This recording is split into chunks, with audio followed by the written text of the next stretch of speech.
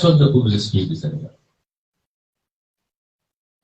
Kon Macky Sall toog ci nguur jarul lenn li le Sénégal dafa am luñ ko xamee mooy li ñu bokk ñun tey soo seetee cousinage entre Joola ak Séeréer dara mënu ko dindi si laa yoon ji pël noonu keneen ak keneen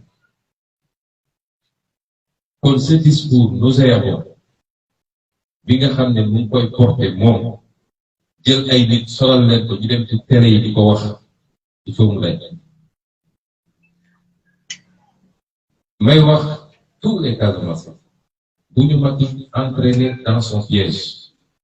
La Casamance n'a de problème avec aucune autre personne ou ethnie ou région du Sénégal. Amul fooy dem Sénégal te doo fekk ay Casamance yi ko dëkk intégré am ko kër takk fa jabar te soo ñëwee Casamance la région la plus cosmopolite du Sénégal mooy Casamance.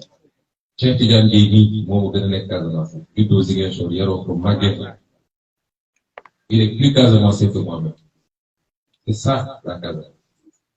Xamuñu ethnie xamuñu religion li ko firndeel mooy Abdallah mii yàlla jëlee fi il est né catholique ay waajuram nii catholique lañ moom mu tuub nekk jullit est-ce que dafa andi fracture ci kër gi déedéet andiwul noonu ak waa kër parce que c'est ça la Casamance c'est la tolérance c'est l'acceptation de l'autre ak nu mu mel ak fu mu bokk.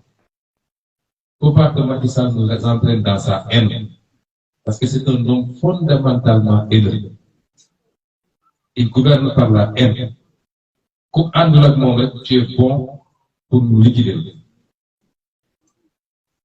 Nañu jàppanteeg Sénégal yëpp ak fu ñu mun a bokk parce que tey su problème amee Dakar ñii ñëw fanaan buntu kër Ousmane Sonko ne jaral na leen seen bakkan c'est pas des Casamance yéen waa Casamance gënu leen ma bëgg man que ñeneen ñi dëkk Dakar Saint-Louis Diourbel Kaolack feneen ak feneen ñooñu sax ñoo ma gën a bëgg que les Casamance.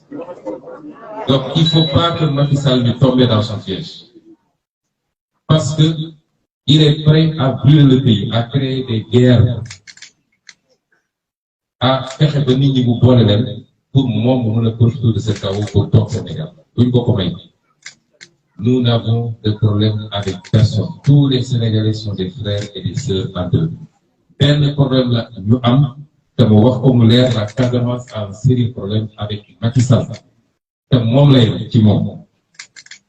Cette haine nag lan moo ko andi mooy depuis qu'il y a